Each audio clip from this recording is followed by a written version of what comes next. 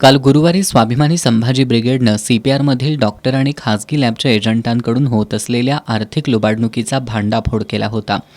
दरम्यान ज्या डॉक्टर एजंटनी रुग्णांची आर्थिक लुबाडणूक केली आहे त्याची वसुली करून संबंधित रुग्णांना द्यावी, खासगी लॅबच्या एजंटांना सीपीआर आवारात प्रवेश देऊ नये, रुग्णांना रक्त तपासणीसाठी खासगी लॅबमध्ये पाठवणाऱ्या डॉक्टर आणि एजंटांवर कारवाई करण्यात यावी या मागण्यांसंदर्भात स्वाभिमानी संभाजी ब्रिगेडच्या शिष्टमंडळानं आज राजर्षी शाहू वैद्यकीय महाविद्यालयाचा अधिष्ठाता डॉक्टर सदानंद भिसे यांची भेट घेतली. सीपीआरमध्ये खाजगी लॅबचे एजंट सर्वसामान्य रुग्णांकडून पैसे घेताना काल पकडून दिलं होतं. आज आम्ही अधिष्ठाता भिसे सर यांच्याशी भेटून चर्चा केली, निवेदन दिलं. यावेळी झालेल्या चर्चेनुसार या कालच्या ज्या रुग्णांकडून पैसे घेतले ते पैसे परत मिळावेत अशी मी त्यांच्याकडे मागणी केली. ती त्यांनी मान्य केली.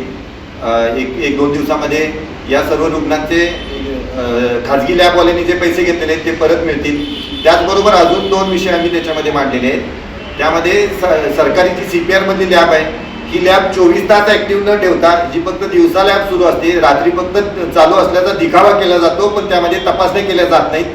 तर ही लॅब 24 तास सुरू राहावी आणि ज्या तपासण्या सीपीआरमध्ये होत नाहीत त्या सरकारी अजून एक लॅब आहे हॉकी स्टेडियमच्या परिसरामध्ये, त्या लॅबमध्ये या तपासण्या करून घ्याव्यात पण रुग्णांना खाजगीमध्ये पाठवू नयेत. दरम्यान सीपीआरमधील डॉक्टर, शिपाई आणि खासगी लॅबच्या एजंटांची साखळी मोडून काढेपर्यंत पाठपुरावा करणार असल्याचं देखील रुपेश पाटील यांनी सांगितलं. यावेळी अभिजित कांजर, सरदार पाटील, राहुल पाटील, राजेंद्र जोशी, हरीश पाटील, प्रशांत निगडे उपस्थित होते.